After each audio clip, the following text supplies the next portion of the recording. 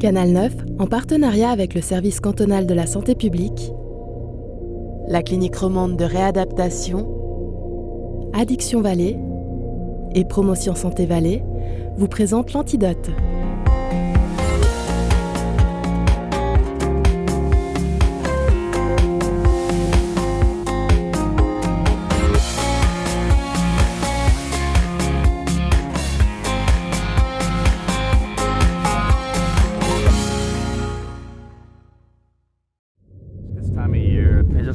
À 30% de la population en souffre. Les allergies sont fréquentes. Elles ont considérablement augmenté ces 20 dernières années.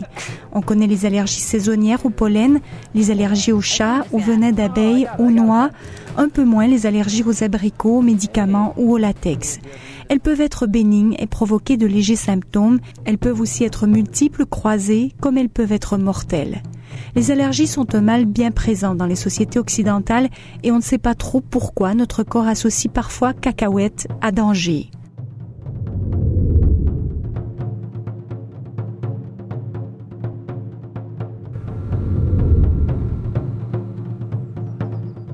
Nous sommes sur le site de Météo Suisse à Payerne. Cette station est aussi spécialisée dans la mesure de pollen. Elle est l'une des 14 stations à travers la Suisse à récolter des données précieuses sur le type de pollen présent dans l'air et sur ses concentrations. 3, 2, 1, 0. On peut commencer ici avec le noisetier devant vous, le laune de ce côté-là, qui sont les premiers à fleurir dans la saison. En janvier, février, on a du pollen de noisetier et d'aune dans l'air et il y a déjà des allergies à ces deux pollens qui font partie de la famille du bouleau. La deuxième vague d'allergies importante au cours du printemps, plutôt fin mars, milieu avril, c'est le pollen de bouleau avec ses troncs blancs et puis le pollen de frêne. Ici un arbre relativement jeune qui a fait peu de fleurs cette année. Troisième vague, celle qui commence ces jours, c'est le pollen de graminées et là il faut se tourner vers les champs pour voir l'herbe qui commence à monter et qui va bientôt fleurir.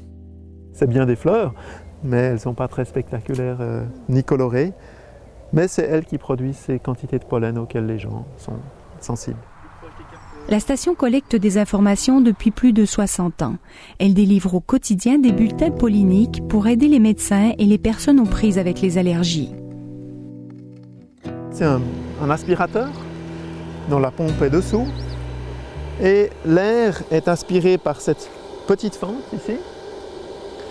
Et juste derrière la petite fente se trouve une bande collante. Donc les particules qui sont dans l'air, qui sont invisibles, très petites, toutes les poussières sont aspirées et avec l'inertie, elles viennent simplement heurter la bande, elles restent collées. Ce cylindre-là avec la bande collante, il est entraîné par une horloge qu'on voit derrière au cours d'une semaine.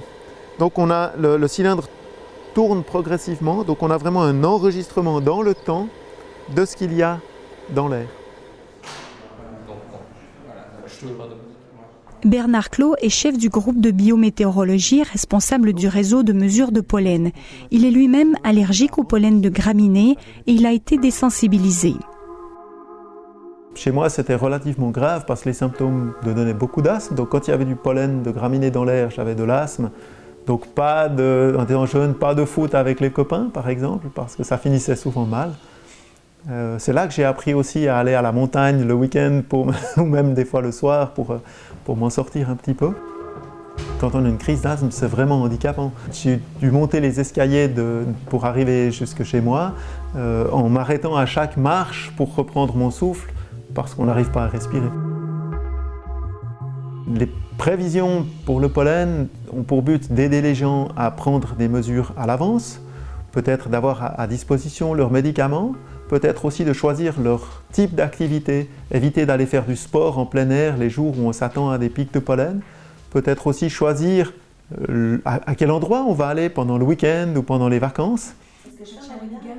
Ce type de bulletin pollinique intéresse vivement les personnes comme Martine Dupuis-Régamé qui est allergique au pollen de bouleau et de graminées. Elle vient de la belle province et c'est seulement lorsqu'elle est arrivée en Suisse que ses allergies ont commencé. Ça a commencé en 2002 et puis tout d'un coup je me suis réveillée un matin Et puis j'avais les yeux tout enflés. Et puis mon mari m'a dit « Mais qu'est-ce qui se passe? » J'ai dit « Écoute, je sais pas, est-ce que tu peux aller me chercher une lavette? Parce qu'une lavette mouillée pour que ça me soulage, quoi. » Fait que pendant 2-3 heures, j'étais comme ça dans mon lit, j'avais tout qui coulait, j'étais vraiment pas bien. Et puis après, ça s'est calmé.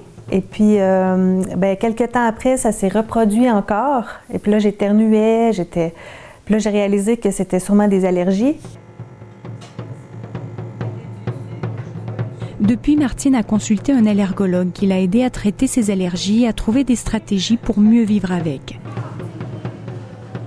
Mais après 10 ans d'allergies saisonnières et respiratoires, Martine a aussi commencé à développer des allergies croisées. L'année passée, j'ai commencé à éplucher mes pommes de terre. Et puis ça, c'est vraiment assez radical, quoi. Tout d'un coup, j'ai les yeux qui coulent, j'ai la peine à respirer. Et puis j'ai des sécrétions. Et puis c'est à ce moment-là que je me suis rendu compte que là, je commençais à faire des crises d'asthme. Ça, c'est vraiment, pour moi, le plus important, c'est la pomme de terre. Après, il y a les amandes, les cerises, les poires, les prunes. Tous les aliments qui ont des noyaux, là, souvent, c'est ceux-là que je tolère le moins. Mais c'est pas à chaque fois. Il y a quand même des périodes où je peux quand même me permettre de manger des pêches et puis ça va bien aller. Mais il y a d'autres fois où je vais croquer dans une pêche et puis je vais tout de suite sentir les symptômes de picotement. Et puis ça me picote dans la bouche, dans les oreilles. C'est assez désagréable. Et puis tout de suite, je prends un antihistaminique et puis j'essaie de stopper l'allergie. Voilà, les pêches. Des fois, je peux faire des réactions aux pêches. Je peux faire des réactions aux abricots. C'est ces réactions qu'on appelle croisées qui sont la grosse source d'allergie alimentaire actuellement chez l'adulte. Au début, il fait simplement, il éternue, il a le nez bouché, il fait peut-être de l'asthme. Pour certains, ça s'arrête là, puis il ne se passera jamais rien d'autre. Mais pour à peu près 50% des gens, quand même, c'est quand même très fréquent.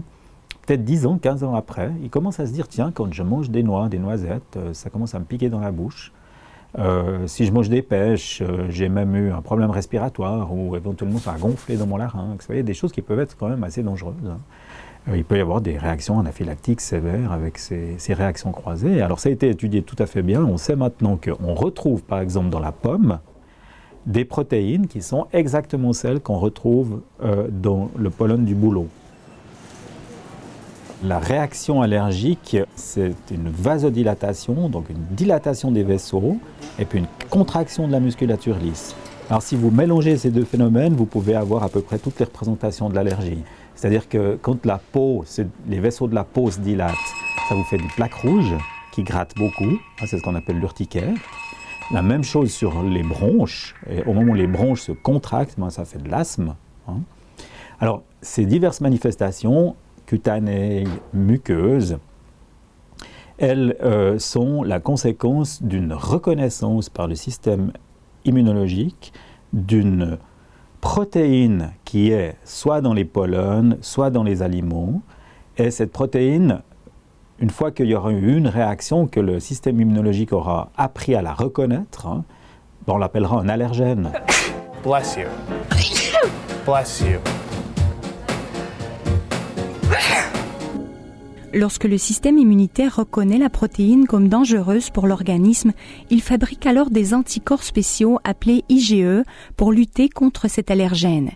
Il produit l'histamine, une molécule impliquée dans les mécanismes d'inflammation et d'allergie qui provoque toute une série de symptômes. À quoi sert cette réaction allergique ? Probablement à rien pour l'allergie de tous les jours. Il n'y a pas de danger à respirer des pollens, il n'y a pas un gros danger à être piqué par une abeille. Il est possible que ces mécanismes assez anciens aient été quand même sélectionnés pour justement sauver l'espèce dans des situations où il y avait des parasitoses très importantes ou des réactions contre des venins très importantes. C'est des formes de défense, même si il fallait à la limite la défense impliquait de tuer le patient, tuer le sujet, mais pourvu qu'il en survive quelques-uns. Pour moi, le pire du pire, ça a vraiment été le vrai choc anaphylactique en mangeant quelque chose de très simple, justement des abricots. J'ai mangé des abricots secs, en fait, et quelques-uns. J'avais vraiment une petite fringale. Donc, j'ai pas mangé tout le paquet, mais quand même, j'en ai mangé 4, 5. Et tout d'un coup, je me suis sentie de nouveau pas très bien. Et puis, je vois les symptômes qui commencent à apparaître, je dis, ah mince, ça va pas, donc je prends mes antihistaminiques. Et puis, ça part pas, et je sens vraiment le coup de chaleur qui monte de plus en plus, les mains qui gonflent, et en fait, c'était en train de dépasser de nouveau le stade du simple urticaire. Et là, je vois les choses qui commencent à augmenter. Et là, je dis, ça va pas, et j'appelle ma sœur qui dit, il faut absolument que tu me conduises en urgence, je pense vraiment que ça va pas. Dans la voiture, je commençais à avoir blanc en fait, et je commençais à me sentir très très faible. Et dans la voiture, je me suis fait un épipène, donc cette piqûre d'adrénaline. Mais je ne savais pas si ça allait marcher ou pas, ça allait pas mieux. Et puis vraiment, avec l'angoisse par-dessus en se disant, mais qu'est-ce qui se passe? Je crois vraiment que je suis en train de faire un choc anaphylactique. Donc j'ai dit à ma sœur vraiment, j'étais sur le point de m'évanouir, donc je lui ai dit de vraiment dire au cas où que j'étais en train de faire un choc anaphylactique aux abricots. J'en rigole un peu maintenant, dans le sens que je suis là pour en parler en réalité. Mais je pense que s'il n'y avait pas eu cette suite d'événements, c'est-à-dire si je n'avais pas pris mes antihistaminiques, peut-être que si je ne m'étais pas fait mon épipène, si je n'étais pas arrivée assez vite aux urgences et qu'il m'ait pris en charge correctement, je pense que je ne serais plus là aujourd'hui pour le raconter. Vous avez des expériences? Angela Ciuffi a survécu à cette réaction extrême, mais elle était loin de s'imaginer en arriver là un jour. Plus jeune, elle avait un petit rhume des foins, pas assez inquiétant pour consulter, pas assez dérangeant pour prendre des médicaments, et puis plusieurs années plus tard, elle a commencé ses allergies alimentaires. Je voulais revoir avec vous comment ça s'était passé depuis la dernière provocation, puisqu'on a testé, rappelez-moi, c'était les amandes. On a commencé par les noix de cajou. Noix de cajou, oui. Ensuite, on a fait les noisettes. Les noisettes. Et on a terminé par des amandes, aussi bien pelées que non pelées, enfin non pelées que pelées en fait. Exactement. Et puis avec les amandes, ça s'est moins bien passé. Alors, tout se passait bien. Après une demi-heure, on était tranquille. Et puis après 1 heure, j'étais presque sur le point de partir et ça a commencé en fait vraiment. Je ne sentais pas très bien. Je commençais à me gratter un peu au niveau du cou. Ça montre aussi que votre réaction n'est pas trop dangereuse. Donc là, vous aviez quand même une dose qui est de loin plus des traces. Ce qui fait que, je dirais que si par malheur vous tombez sur des traces d'amandes, il ne va rien se passer de dramatique. Et ça, Angela mène donc une véritable enquête sur les aliments allergènes. Elle sait déjà qu'elle doit éviter les amandes, les pêches, les nectarines et abricots. Elle prend aussi un antihistaminique tous les jours. Vous avez votre épipène, au cas où. Oui. Donc, c'est assez impressionnant. L'avoir toujours sous la main quand même, on n'est jamais sûr de rien, si on peut éviter des drames. Noix, amandes, pistaches et cacahuètes. Voilà, exactement. Ouais, alors, c'est peut-être pas une si bonne nouvelle pour la cacahuète. La pistache, ça a l'air de bien marcher. L'amande, ça confirme finalement le problème que vous avez eu. Donc, on y va effectivement alors, la prochaine fois pour noix, cacahuètes et céleri. Suite à ces tests sur la peau, Angela reviendra pour le test final, celui qui la conduira à manger ses aliments en milieu hospitalier à de petites doses pour mesurer sa réaction. Car suite à ces réactions imprévues, elle a développé des angoisses. Vous allez au restaurant et que vous dites vous êtes sûr qu'il n'y a pas ça, il ne faut pas mélanger parce que je peux faire des réactions allergiques sévères. La première réaction, c'est encore une chieuse. On a l'impression de passer pour des emmerdeurs quand on arrive au restaurant puis qu'on dit s'il vous plaît, est-ce que vous pouvez cuisiner ça mais sans cet aliment, de faire attention vraiment, d'éviter le contact ou autre. Là oui, on a l'impression que c'est un handicap social. Les allergies sont de plus en plus nombreuses dans nos sociétés occidentales. Il semblerait toutefois que nous ayons atteint un plateau avec 15 à 20% de la population suisse touchée par une allergie quelconque. À la station aérologique de Payerne, on s'intéresse à cette augmentation des allergies en lien avec l'augmentation des pollens dans l'air. L'essentiel du travail consiste à scanner finalement ces bandes dans le sens du temps. Chaque fois qu'elle voit un grain de pollen, elle dit son nom. Et puis l'ordinateur enregistre la position, donc l'heure à laquelle était le pollen dans l'air, et en même temps de quel pollen il s'agit, puis calcule ensuite les concentrations.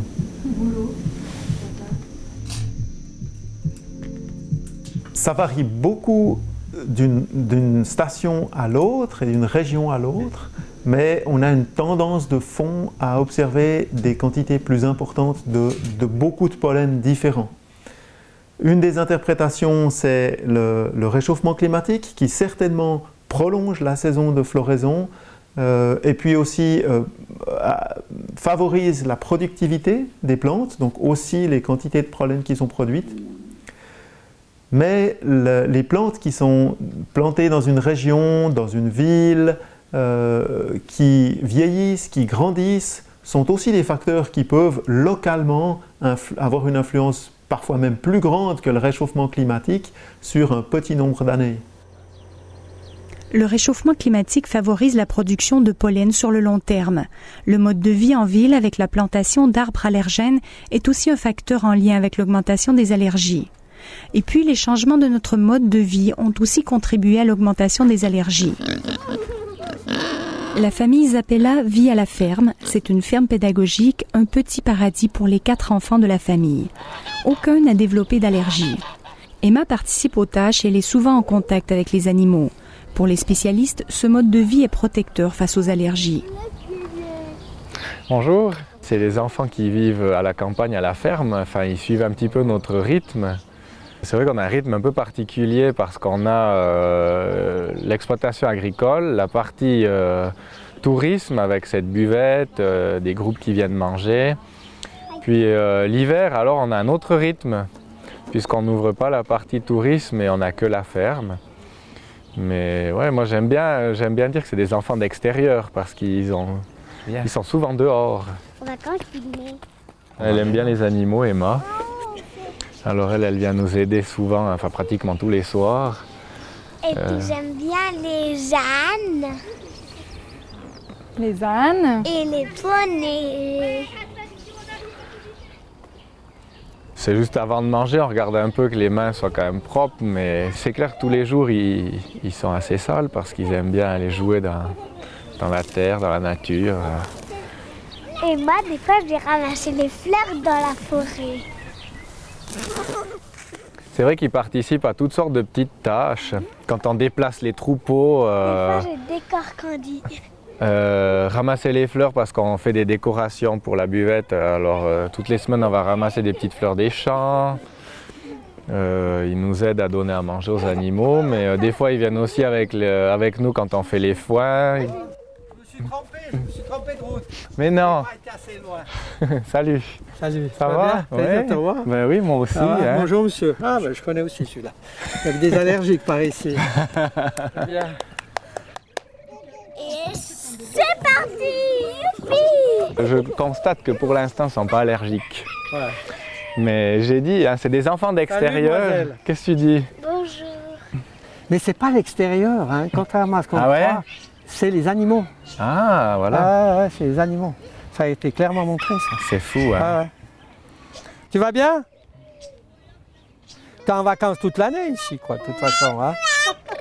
Joël Duc est allergologue. Il a longtemps suivi Alain pour des allergies aux moisissures. J'ai plus été ennuyé par ce rhume-là. Ah ouais? Mais j'ai quand même l'impression que l'endroit où j'habitais, ça crée un microclimat favorable quand même, parce que... Ah ben les seuls endroits où il y a des moisissures en Valais, c'est sur la rive gauche. C'est connu, c'est Chalais, Réchy, Granges et Bramois. Ouais? C'est plus humide qu'ailleurs. C'est là où les gens sont le plus souvent allergiques à des moisissures. Mes parents... Alain Zappella a été désensibilisé durant 2 ans. Il a reçu des injections à petite dose de ces moisissures pour que son corps s'habitue en quelque sorte à reconnaître et accepter l'allergène, à devenir moins sensible. T'as l'humidité qui arrive dans le sous-sol. En tout cas, moi, depuis que j'habite ici, ça n'a plus jamais été un problème dans ma tête, ce rhume. J'ai plus fait de rhume, plus rien. Ouais.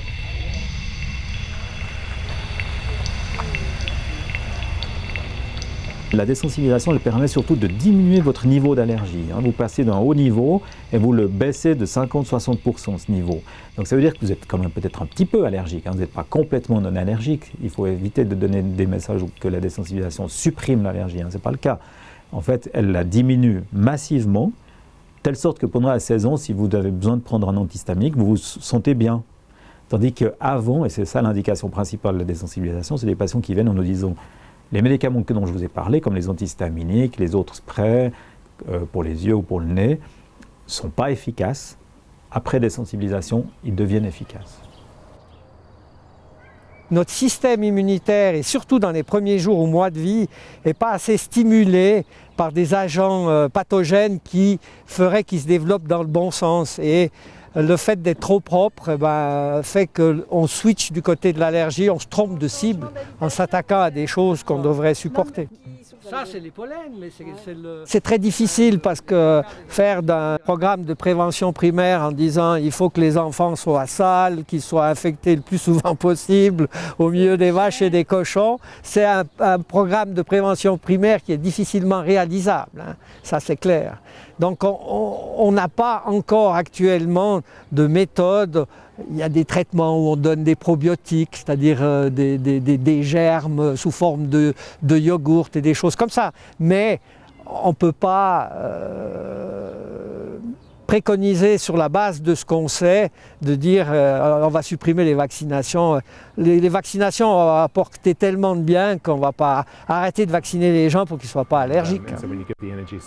Des chercheurs dans le monde entier s'intéressent aux allergies qui restent encore méconnues à bien des niveaux. Des liens clairs semblent toutefois s'établir entre le microbiote, c'est-à-dire les centaines de milliards de bactéries qui vivent dans notre corps, et le développement de ces allergies. Le système immunitaire est immature lorsque vous venez au monde et il mature lentement durant la première année de vie. Ici, dans ce centre de recherche du service de pneumologie du CHUV, le professeur Benjamin Marsland étudie le développement du système immunitaire chez le nouveau-né et le lien avec la construction du microbiote durant les premières années de vie. Nous essayons de comprendre comment les allergies se développent et ce que nous pouvons faire pour les arrêter. Et nous pensons qu'il y a deux possibilités principales. La première concerne l'âge. Nous pensons que très tôt dans le développement de l'enfant, il y a certains événements qui sont associés avec notre exposition aux microbes et la maturation de notre système immunitaire. Et les signaux qui arrivent durant cette période de la vie peuvent déterminer si un individu évitera les allergies ou au contraire les développera.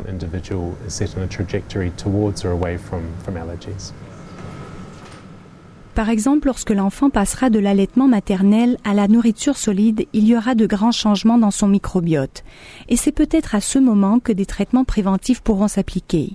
De même, les chercheurs veulent savoir si un changement dans l'alimentation de l'adulte peut influencer le microbiote et la réaction immunitaire, en mangeant plus d'un certain type de fibres, par exemple.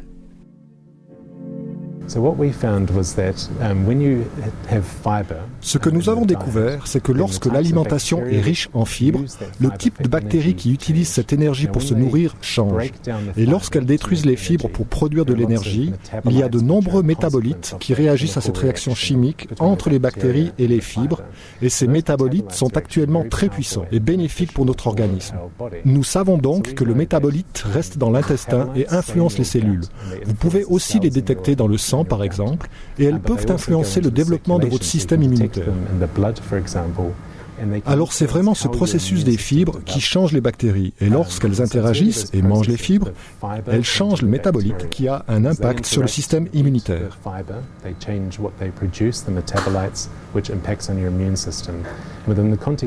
Dans ce contexte, ce que nous savons, c'est que cela change notre système immunitaire et que nous ne développons pas de fortes réponses allergiques et en plus, nous développons de meilleures défenses contre les virus. En clair, si vous avez un régime pauvre en fibres, alors vous avez un nombre moins important de variétés de bactéries qui peuvent neutraliser cela. Le régime pauvre en fibres devient de plus en plus répandu dans les sociétés occidentales. Il est associé à un régime riche en graisse et en sucre et un taux plus élevé d'inflammation dans le système immunitaire. Mais non. Alors on va ramasser les œufs maintenant. Les allergies au pollen, aux noix ou au venin ont tout en commun de nous pourrir la vie. Elles peuvent avoir un impact physique, mais aussi psychique et social. Elles peuvent entraîner des angoisses et elles restent souvent méconnues et banalisées. Parfois, elles sont aussi incompréhensibles. Pourquoi le système immunitaire d'une personne sur 3 réagit-il de cette façon? Heureusement, il existe aujourd'hui des moyens pour connaître les prévisions de pollen dans l'air, pour atténuer les symptômes, pour réagir lors d'un choc anaphylactique et pour être désensibilisé sur le long terme. Il existe également des chercheurs qui s'intéressent à la question de l'immunologie et des allergies et qui tentent de trouver des réponses simples et efficaces pour qu'un jour, cacahuète ne soit plus synonyme de danger. Viens ici, on trouve des dents de lion.